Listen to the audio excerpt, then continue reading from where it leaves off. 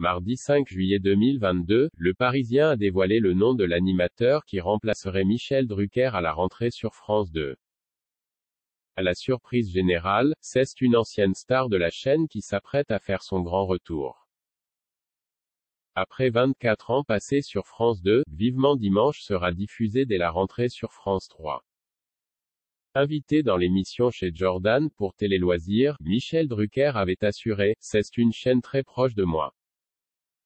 C'est le public du week-end, de la France profonde, de la province. Et moi, je viens de là. » Évoquant les modifications de son émission, l'animateur avait ajouté « Je vais mettre en lumière des acteurs qu'on ne voit nulle part. Mais que le public connaît complètement. Je vais privilégier les acteurs et les actrices des séries de France Télévisions. » Si les fans étaient rassurés de savoir que Michel Drucker ne quittait pas la télévision, ils étaient nombreux à se demander qui récupérerait sa case horaire sur France 2.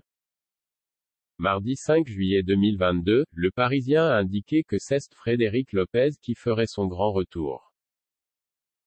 Si la chaîne CEST refusait à tout commentaire, une source en interne a déclaré au Parisien, très peu de personnes sont au courant. Ce sera la grande surprise car personne ne l'attendait. Il était resté loin du PAF, même s'il gardait toujours un œil sur Rendez-vous en terre inconnue depuis la reprise en main par Raphaël de Casabianca. Reste à savoir désormais ce qu'il fera. Afin de ne pas faire de concurrence à Michel Drucker, l'animateur ne sera pas à la tête d'un talk-show. Un proche a assuré, Frédéric fera du Frédéric. Ce sera évidemment tourné vers l'autre, dans la bienveillance.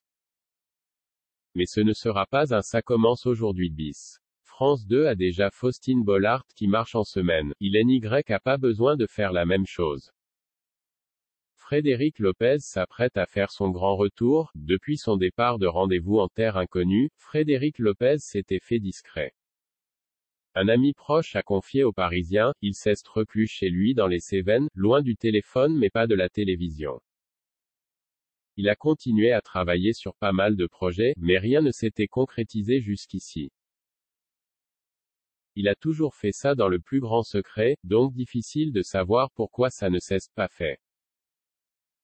Quelques semaines plus tôt, les fans avaient eu l'occasion de voir l'animateur dans la série Le Flambeau, sur Canal+.